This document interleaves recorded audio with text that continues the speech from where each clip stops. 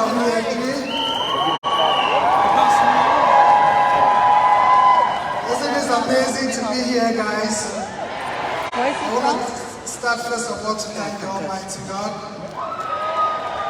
Do you know what part? I want to thank my incredible business partner, Isa, my wife. And I want to thank the team that has made us who we are.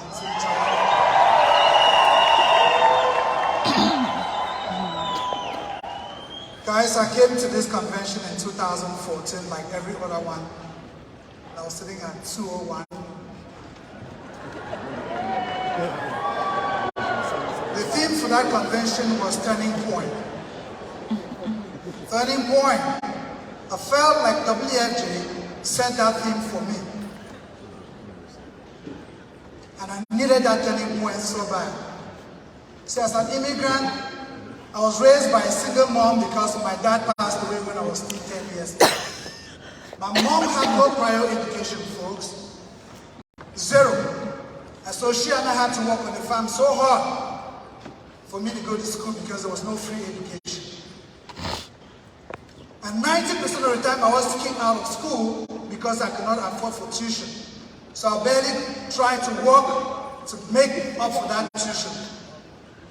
I was blessed enough that after university graduate, I started working and I had a chance to come to the United States in search of the greener pastures. That lady became my hero. I'll go to the farm in the morning before I go to school, and I'll come back from school and I'll go to the farms. Little did I know that that hard work was an audition for who I'm going to be today. Came here, went into nursing like most immigrants. It's the fastest way to start making money. Became a registered nurse. For some reason, I find myself in the department of nursing called hospice, palliative care. Some of you are familiar. It's end-of-life care. And if you don't know what that means, until you can look into the eyes of that individual, that they've said, the man upstairs, they have 6 months or less to live. And I want you to imagine what kind of conversations are going in that household. And those are the conversations that I had for 9 years, folks. And because palliative care is that not aggressive, we have the chance to have conversations that were beyond medicine. So we talk, faith, family, and finances. Guess where it hits hard? The financial part. Guys, people are full of regret, full of financial regret. In other words, the missing part is that financial education, no protection. Some even have the wrong type of insurance, guys, take it from me. People pay the insurance policies for 10, 15 years, then on their dying bed it says it's AT&T. They have no idea what that was. True. Which means if you're sitting down with individuals, please do your due diligence, even when they say I have a policy, please do that policy review. Because most of them don't have the right policies. I've seen this across the board, with these patients dying every single day.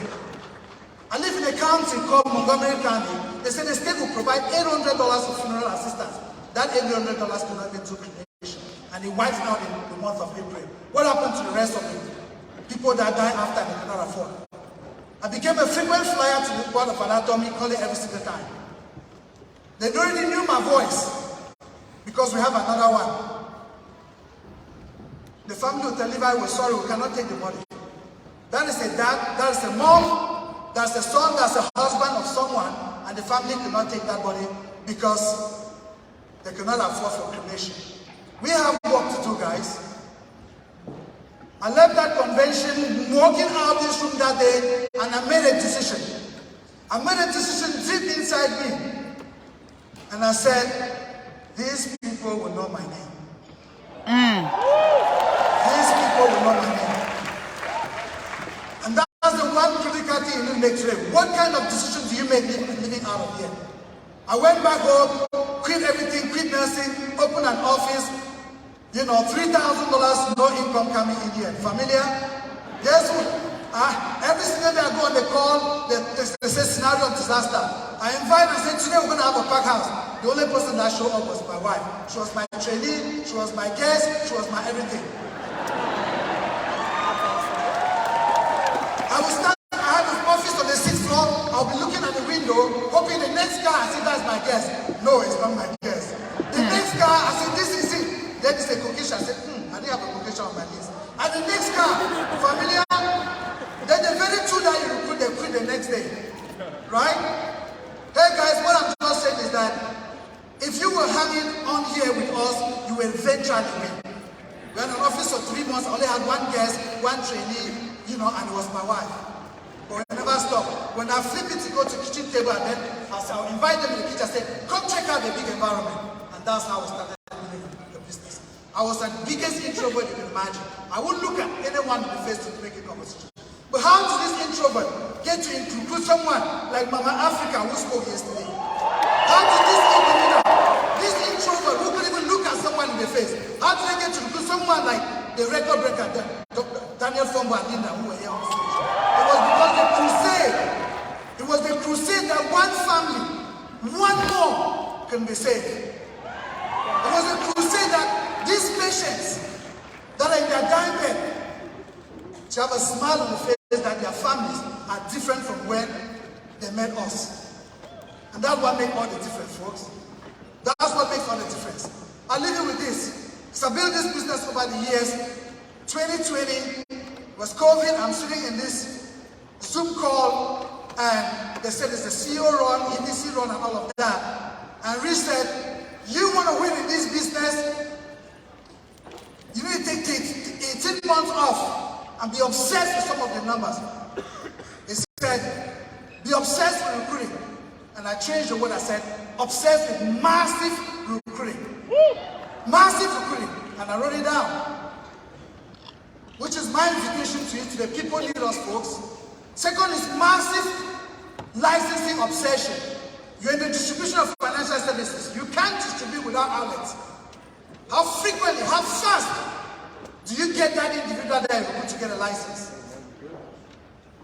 The third obsession is the obsession to, I'm talking about massive obsession to getting these individuals to be net recruit, net licenses.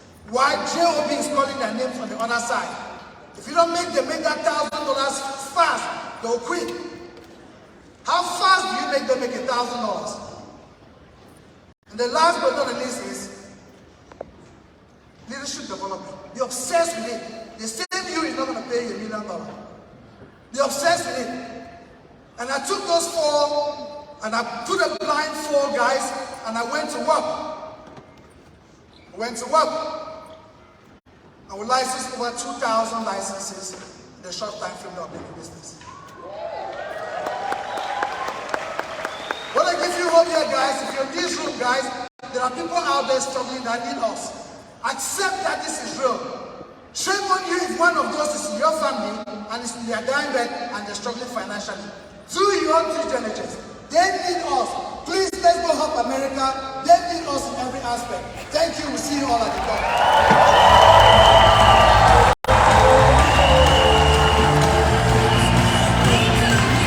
Welcome, Sandeep Manas.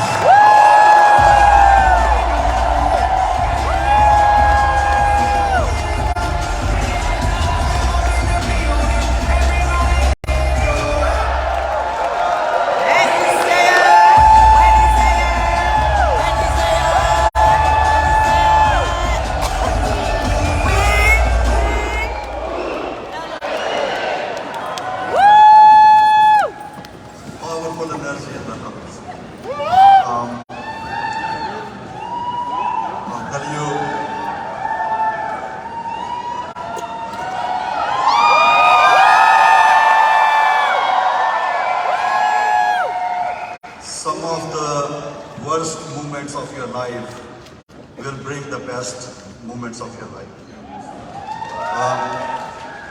While I was walking up there and I was going in the flashback to the maximum I could, and I reached 2012 early, January, where